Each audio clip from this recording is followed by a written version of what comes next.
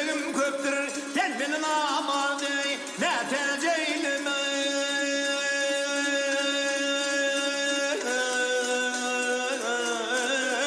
oh gel gel yar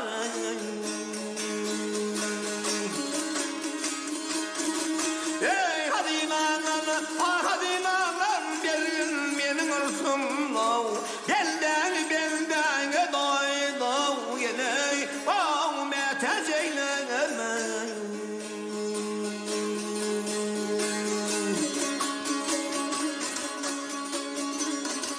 ey adastırma doğru yolum egri ey adastırma doğru yolum egri egri denlemen egri doğru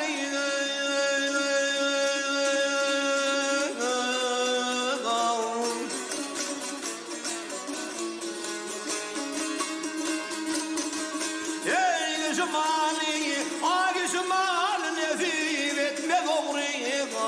halal haram baday doğ yine o meteceğim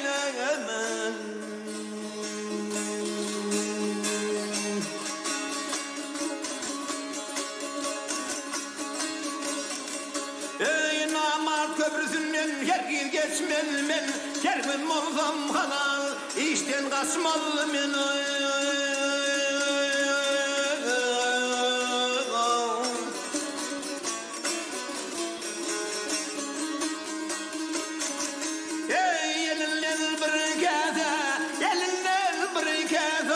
şerab içmez mi dağ fagelim falile dağ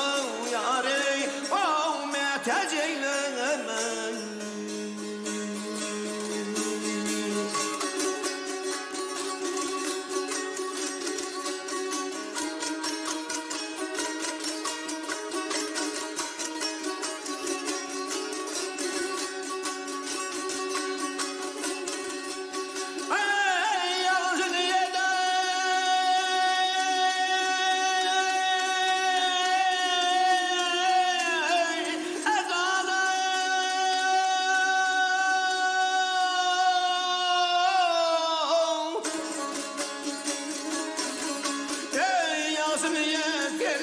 dileğim köptür adı göller dilden çıkan bir oktur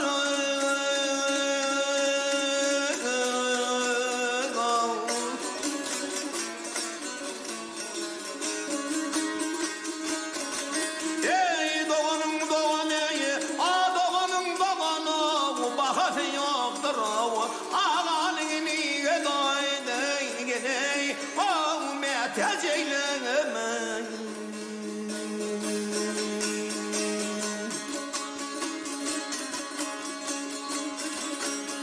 baktım bunu haktan dile bağrını diler olsun dile öz imanını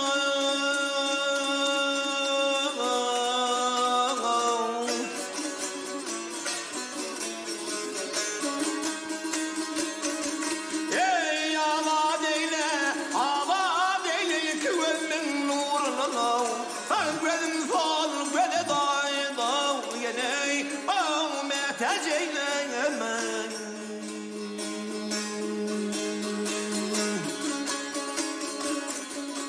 Agar yedim gel gel yarım agar yedim mav tendim mavum